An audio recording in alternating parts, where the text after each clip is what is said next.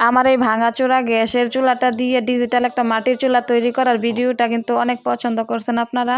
তো কিভাবে আমি এই চুলাটা তৈরি করছিলাম সেই ভিডিওটা কিন্তু আপলোড করা হয় নাই, তাই আজকে আপলোড করতেছি।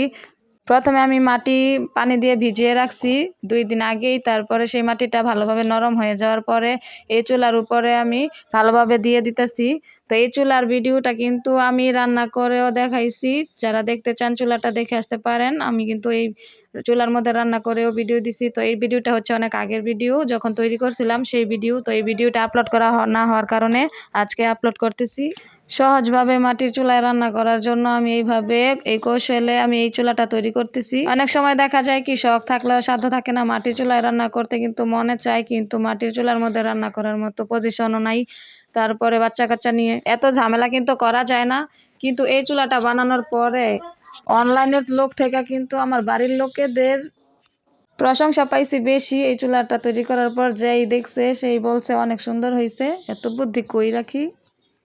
আর বাচ্চা কাচ্চা নিয়ে এত ঝামেলা করা যায় না, তাই আমি আমার শখ পূরণ করার জন্যই মাটির চুলাই, আমি গ্যাসের চুলার মধ্যেই মাটির চুলা তৈরি করলাম।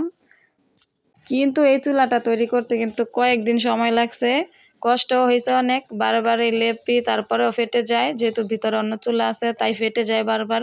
শুধুমাত্র মাটির চুলা হইলে কিন্তু এত ফাটতো না, ভিতরে যেহেতু এখানে এই চুলাটা আছে তাই বেশি ফেটে যায়। তো এইভাবে আমি আগে মাটি দিয়ে 4-5টা ঘিরে নিলাম, তারপর শক্ত হওয়ার পরে আমি ভালোভাবে উপর দিয়েও দিয়ে দিছি। তারপরে এটার মধ্যে কিন্তু ছুরি দিয়ে ভালোভাবে এটাকে সমান করে নিছি। পরে মাটিটা শুকানোর পরে এটা তৈরি হওয়ার আগে সবাই খালি জিজ্ঞেস করতেছে এটার মধ্যে আমি কি করব। আমি বলতেছি করার পরেই দেখেন যে এটার মধ্যে কি করি। তারপরে যখন এটা রেডি হয়েছে তখন সবাই অনেক অবাক যে এত সুন্দর হয়েছে।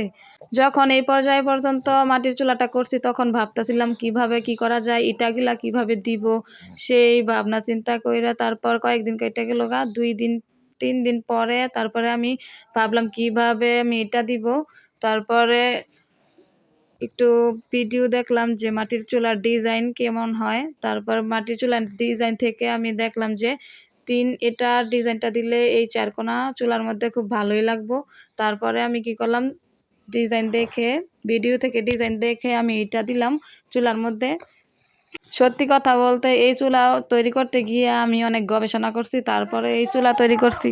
গবেষণা করতে করতে শেষ পর্যায়ে কিন্তু সাকসেসফুল হয়েছি। যাই হোক, পুরোটার মধ্যে কিন্তু কাদা দেওয়া হয়ে গেছে। তো এখন শুধু কীভাবে শক্ত হওয়ার পালা। তারপর শক্ত হয়ে যাওয়ার পরে আমি কি করলাম, এই চুলার মধ্যে যেই ইটা ছিল, বার্নারের যে গোল ইটা ছিল ওইটাও বসাই দিলাম। ওইটা ভাবছিলাম প্রথমে বসাইবো না, তারপরে দেখলাম যে এটা বসালে ইটাগুলো দিলে অনেক শক্ত হবে। এটা বসানোর পরে উপরে আমি এইভাবে 4টা ইটা দিয়ে দিচ্ছি এইভাবে করে। তো এই ইটাগুলা কিন্তু আরও গোলগুলা থাকবে না, এই ইটাগুলা আরও 4 কোনা হবে। তারপরে যখন মাটিটা শক্ত হয়ে যাবে তখন এগুলো আমি ভালো করে ছুরি দিয়ে সমান করে নিব, তারপর দেখতে আরও ভালো লাগবে। তো কয়েকদিন কাটার পর আরও শক্ত হয়ে যাওয়ার পর আমি ভালোভাবে চাকু দিয়ে সমান করে নিয়েছি। তারপর চুলাটা দেখতে কিন্তু আরও ভালো লাগছে।